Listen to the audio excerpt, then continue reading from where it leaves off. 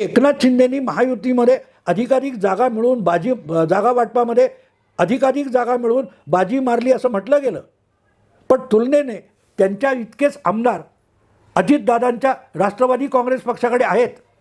पण त्यांनी अवघ्या 5 जागांवर समाधान मानलं आणि त्यातली सुद्धा एक जागा मित्रपक्ष म्हणून त्या महादेव जानकर यांना देऊन टाकली.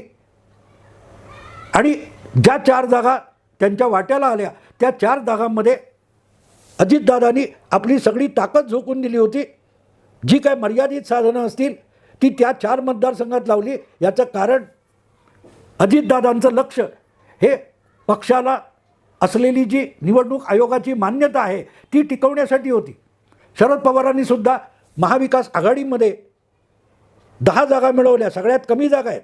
उद्धव ठाकरे यांच्या शिवसेना शिवबाठाला 21 जागा मिळाल्या, काँग्रेसला 10 जागा मिळाल्या आणि काय असतील त्या 16 जागा मला वाटते काँग्रेसला आणि 10 जागा शरद पवारांनी जिंकल्या. त्या शरद पवारांचं लक्षसुद्धा कमीत कमी 6% मिळवणं आणि महाराष्ट्रापुरती आपल्या पक्षाला किंवा आपल्या गटाला निवडणूक आयोगाची मान्यता मिळाली पाहिजे यासाठी शरद पवारांनी काळजी घेतलेली आहे. त्यामध्ये ठीक आहे, आवश्यक टक्केवारी अजितदादांनी घेतली तर अजितदादांना मिळालेलं जे घड्याळ हे निवडणूक चिन्ह आहे ते त्यांच्याकडे कायम राहील. आणि शरद पवारसुद्धा 6-5% आवश्यक मतं मिळवू शकले तर त्यांना मिळालेलं तुतारी वाजवणारा माणूस हे निवडणूक चिन्ह हे त्यांच्या पक्षासाठी परमनंट होईल. जर तितके टक्के मतं मिळाली नाहीत तर उद्धव ठाकरे यांना मिळालेलं जे मशाल निशाणी आहे किंवा शरद पवारांना मिळालेली तुतारी फुंकणारा माणूस ही निशाणी आहे, ही त्यांच्या पक्षासाठी अधिकृत निशाणी म्हणून शिल्लक उरणार नाही. आणि हीच बाब जी महाराष्ट्रामध्ये फुटलेल्या 2 पक्षांच्या 4 पक्षांसमोर आहे तीच चिंता देशाच्या विविध राज्यामध्ये कमीत कमी 30-40 लहान मोठ्या पक्षांसमोर असणार आहे.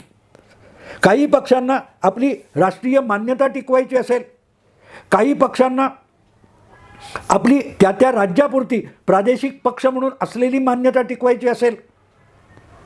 ती मोठी गडबड आहे. आता लक्षात घ्या, मार्क्सवादी कम्युनिस्ट पक्षाला गेल्या लोकसभा निवडणुकीत बंगालमधून एकही खासदार लोकसभेत निवडून आणता आला नाही. विधानसभेत तर त्यांची हालत आणखीन वाईट झाली. 294 विधानसभेच्या बंगालच्या जागा आहेत, त्यामध्ये मार्क्सवादी कम्युनिस्ट पक्षाला अवघा 1 आमदार निवडून आणता आला. पण त्यांनी जवळजवळ 150-200 उमेदवार काँग्रेसबरोबर जागा वाटप करून लढवले होते. याचं कारण त्यांना बंगालमध्ये आपल्या मार्क्सवादी कम्युनिस्ट पक्ष म्हणून असलेली जी प्रादेशिक पक्ष म्हणून मान्यता टिकवायची होती. आमदार निवडून न्यायले बिघडत नाही, पण पक्ष म्हणून जी संघटना म्हणून मान्यता लागते ती टिकवण्यासाठी प्रत्येक निवडणुकीमध्ये आवश्यक तेवढी टक्केवारी मतांची मिळवावी लागते. बघायला गेलं तर आघाडी म्हणून डाव्या आघाडीचं केरळमध्ये सरकार आहे, मार्क्सवादी कम्युनिस्ट पक्षाचा मुख्यमंत्री तिथे आहे. पण बंगालमध्ये मार्क्सवादी कम्युनिस्ट पक्षाचा सुपडा साफ झालेला आहे. पण तरीही एक प्रादेशिक पक्ष म्हणून आवश्यक असलेली मतं लोकसभा आणि विधानसभा या दोनही निवडणुकांमध्ये मार्क्सवादी कम्युनिस्ट पक्ष बंगालमध्ये मिळवत आलेला आहे. पण तेवढी मतं आसाम असो, त्रिपुरा असो किंवा आणखीन बिहार किंवा मध्यंतरी गोवा या राज्यामध्ये असो तृणमूल काँग्रेस पक्षाला मिळवता आली नाही. त्यामुळे ऑल इंडिया तृणमूल काँग्रेस असं नाव असलं तरी ममता बॅनर्जींचा पक्ष हा निवडणूक आयोगाच्या लेखी फक्त बंगालपुरता मर्यादित आणि आसामपुरता मर्यादित 2 राज्यातला एक प्रादेशिक पक्ष आहे. उद्धव ठाकरे आणि शरद पवार यांच्यासमोर म्हणूनच लोकसभा निवडणुकीतली सगळ्यात मोठी समस्या अशी आहे की आपले निवडून किती येतात त्याला किंमत नाही. त्यापेक्षाही आपल्याला महाराष्ट्राच्या लोकसभा निवडणुकीत 5-6% अधिक टक्के मतं मिळतात की नाही. समजा उद्धव ठाकरे यांना 8-9% मतं मिळाली आणि एकच खासदार निवडून आला तरीही महाराष्ट्रातला प्रादेशिक पक्ष म्हणून जी शिवबाठाला मान्यता आहे किंवा आजपर्यंत शिवसेना म्हणून पक्षाला धनुष्य बाणासकट जी मान्यता होती ती मान्यता उद्धव ठाकरे टिकवू शकतील. दुसरीकडे एकनाथ शिंदे यांनीसुद्धा 15 जागा लढवलेल्या आहेत, महायुतीच्या नावाने लढवलेल्या आहेत, धनुष्यबाण चिन्हावर लढवलेले आहेत. नरेंद्र मोदी त्यांच्या प्रचाराला आलेले आहेत. त्यामुळे शिवसेनेला जी 18 ते 20% मतं आजपर्यंत मिळत होती, त्यातला मोठा हिस्सा 10-12% एकनाथ शिंदे यांना मिळाला. तर आपोआपच धनुष्यबाण आणि शिवसेना या दोनही गोष्टी एकनाथ शिंदे जनमतावर आपल्याकडे राखू शकले असा त्याचा अर्थ होतो. आणि एकनाथ शिंदे खरोखरच 10-12% मतं मिळवू शकले आणि उद्धव ठाकरे यांना त्यांच्यापेक्षा अधिक टक्केवारी मतात मिळाली नाही, तर मग धनुष्यबाण आणि शिवसेना हे नाव या दोन्हीवर निवडणूक आयोगाने दिलेला निकाल हा सुप्रीम कोर्टाला सुद्धा मान्य करावा लागेल.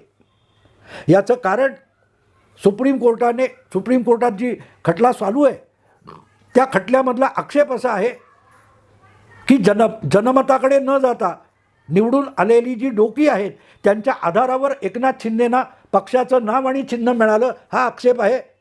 तो लोकसभा निवडणुकीत जर अधिकची टक्केवारी एकनाथ शिंदे दाखवू शकले तर त्यांचा दावा सुप्रीम कोर्टालाही मान्य करावा लागेल. कारण तो दावा हा एकट्या एकनाथ शिंदेंचा नसेल तर मतदारांचा असेल की आम्ही कोणाला खऱ्या अर्थाने शिवसेना मानतो. जनमानसात एकनाथ शिंदे म्हणजे धनुष्यबाण असाच कल आहे की नाही याचा निर्वाळा या मतदानातून दिला जाणार आहे. ही बाब लक्षात घेण्यासारखी आहे. दुसरीकडे राष्ट्रवादी काँग्रेस या नावाने 2 पक्ष आहेत, पण एकाकडे घड्याळ हे अधिकृत चिन्ह आहे अजितदादांच्या गटाकडे. अजितदादांनी फक्त 4-5 जागा लढवल्या आहेत आणि शरद पवारांनी मला वाटते 10 जागा लढवलेल्या आहेत. अजितदादांच्या टक्केवारीपेक्षा शरद पवारांची टक्केवारी अधिक असेल तर मग अजितदादांचा सुप्रीम कोर्टामधला दावा दुबळा ठरू शकतो. कारण राष्ट्रवादी काँग्रेस हे नाव शरद पवारांकडे सुद्धा आहे आणि त्या पक्षाचं चिन्ह बदललं असलं तरीही राष्ट्रवादी या नावावर तुतारी वाजवणाऱ्या माणसाच्या चिन्हावर अधिक मतं जर शरद पवारांच्या गटाने मिळवली तर अजित पवारांचा सुप्रीम कोर्टातला दावा ठिसूळ होऊन जाऊ शकतो. आणि म्हणून हे फक्त महाराष्ट्रापुरतं आपल्याला दिसत असलं तरी देशाच्या विविध राज्यांमध्ये गोष्ट तीच आहे. तुम्हाला आठवत असेल की ज्यावेळेला शिवसेनेमध्ये दुफडी माजली तेव्हा शिवसेनेला जे मशाल चिन्ह देण्यात आलं त्याच्यावर बिहारमधल्या समता पक्षाने दावा केला होता. समता पक्ष म्हणून जो नितीश कुमार, जॉर्ज फर्नांडिस यांनी स्थापन केला होता तो अजूनही चालवणारे काही लोक बिहारमध्ये आहेत आणि त्यामुळे हे चिन्ह आपलं आहे असा दावा त्यांनी निवडणूक आयोगाच्या विरोधात केला होता. तो फेटाळून लावण्यात आला एवढ्यासाठी की निवडणूक चिन्ह त्यांच्यासाठी राखीव असेल तर ते बिहारपुरतं आहे. बिहारच्या बाहेर मशाल हे चिन्ह कुठल्याही इतर पक्षाला निवडणूक आयोग देऊ शकतो. उदाहरणार्थ 2 प्रादेशिक पक्ष देशात असे नोंदलेले आहेत की ज्यांना एकच निवडणूक चिन्ह त्यांच्या राज्यापुरतं बहाल केलेलं आहे. चंद्रबाबू नायडू यांचा जो तेलुगू देसम नावाचा पक्ष आंध्र प्रदेशात आहे त्याचं निवडणूक चिन्ह सायकल आहे आणि तेच निवडणूक चिन्ह उत्तर प्रदेशमध्ये अखिलेश यादवच्या समाजवादी पक्षाकडे सुद्धा आहे. पण अखिलेश यादवला आंध्र प्रदेशात उमेदवार उभा केला तर सायकल हे चिन्ह मिळू शकणार नाही. कारण आंध्र प्रदेशात समाजवादी पक्षाला प्रादेशिक पक्ष म्हणून सुद्धा मान्यता नाही. आणि तीच उलटी गोष्ट चंद्रबाबू नायडूंच्या बाबतीत आहे. चंद्रबाबू नायडूंना उत्तर प्रदेशात सायकल या चिन्हावर निवडणूक लढवता येणार नाही. आणि म्हणून प्रादेशिक पक्ष असतील, छोटे पक्ष असतील, या सगळ्यांसाठी प्रत्येक निवडणुकीमध्ये आपल्याला मिळणारी जी मतांची टक्केवारी आहे ही जपणं हे अतिशय महत्त्वाचं असतं. आणि म्हणून प्रत्येक निवडणुकीनंतर निवडणूक आयोग त्या पक्षाला, नोंदलेल्या पक्षाला आणि मान्यताप्राप्त पक्षाला नेमकी किती टक्केवारी मिळालेली आहे, मतदारांकडून त्या पक्षाला आणि त्या चिन्हाला नेमकं किती मान्यता मतदार देतो, यावर आधारित निर्णय निवडणूक आयोगाला करता येत असतो. म्हणून आपल्याला प्रादेशिक पक्ष किंवा राष्ट्रीय पक्ष म्हणून मिळालेली जी मान्यता आहे हे टिकवण्याची कसरत आटापिटा प्रत्येक पक्षाला प्रत्येक निवडणुकीतून करावा लागत असतो. आत्ता ह्या लोकसभा निवडणुकीत एक प्रादेशिक पक्ष म्हणून मान्यता असलेला जो महाराष्ट्र नवनिर्माण सेना नावाचा पक्ष आहे, तो महायुतीत सहभागी झाला, पण त्याने एकही उमेदवार लढवला नाही. बिनशर्त पाठिंबा महायुतीला दिलेला आहे. अर्थात दक्षिण मुंबईची जागा महायुतीतर्फे मनसेच्या उमेदवाराला द्यायची, बाळा नांदगावकर यांना द्यायची, पण त्यांनी धनुष्यबाण निशाणीवर निवडणूक लढवावी अशी मागणी एकनाथ शिंदेंनी केली होती. ती राज ठाकरे यांनी धुडकावून लावली. याचं कारण आपण 17-18 वर्षाच्या मेहनतीतून प्रादेशिक पक्ष म्हणून मान्यता मिळवली आहे. एखादी निवडणूक नाही लढवली तरी चालेल, पण निवडणूक दुसऱ्या पक्षाच्या चिन्हावर लढवायची नाही. आणि लढवली तर आपल्याला टक्केवारी मेंटेन केली पाहिजे, हे राज ठाकरेंना आणि त्यांच्या पक्षाच्या नेत्यांना कळत होतं. म्हणूनच महायुतीला बिनशर्त पाठिंबा दिला. तरी विधानसभेमध्ये आपल्या आगगाडी इंजिन या चिन्हावर राज ठाकरेंना निवडणूक लढवायची आहे आणि त्यातून आपल्या पक्षाला मिळालेल्या चिन्ह टिकवण्यासाठी मतांची टक्केवारी मिळवायची आहे. तेव्हा या लोकसभा निवडणुकीत देशाच्या कानाकोपऱ्यात पसरलेल्या 28-30 राज्यांमध्ये जे लहान मोठे 40-50 पक्ष असतील, त्या प्रत्येक पक्षाला मतदार किती कौल देतो, किती टक्के मतं देतो, यावर त्या पक्षांचं भविष्य अवलंबून असणार आहे. त्यामुळे ही लोकसभा निवडणूक ती किती पक्षांना इतिहास जमा करून टाकते आणि किती पक्षांना नव्याने प्रादेशिक किंवा राष्ट्रीय पक्ष म्हणून मान्यता देते, याकडेही बघणं आवश्यक ठरणार आहे. पत्रकार, विश्लेषक ज्या दृष्टीने निवडणुकीकडे बघतात, त्या दृष्टीने छोट्या मोठ्या लहान पक्षांना बघता येत नाही.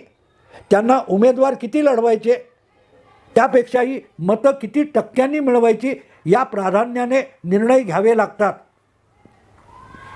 त्यामुळे निवडून आलेल्या जागांकडे लोक बघतात, विश्लेषक बघतात, पण पक्षाच्या नेत्याला टक्केवारीकडे बघावं लागतं. लोक फुलं फळं बघतात, झाडाला आपली मुळं शाबूत ठेवावी लागतात.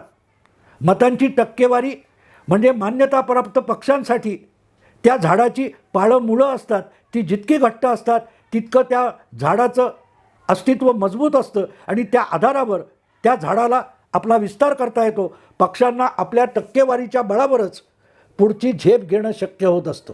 आणि म्हणून 4 जून मतमोजणी सुरू होईल. त्यानंतर देशातले किती राष्ट्रीय आणि राजकीय पक्ष इतिहास जमा होतात आणि किती पक्षांचं भवितव्य नव्याने उदयाला येतं, हे बघणं इंटरेस्टिंग असेल. आत्ता इथेच थांबतो. आवडलं लाईक करा, शेअर करा, सबस्क्राईब करा.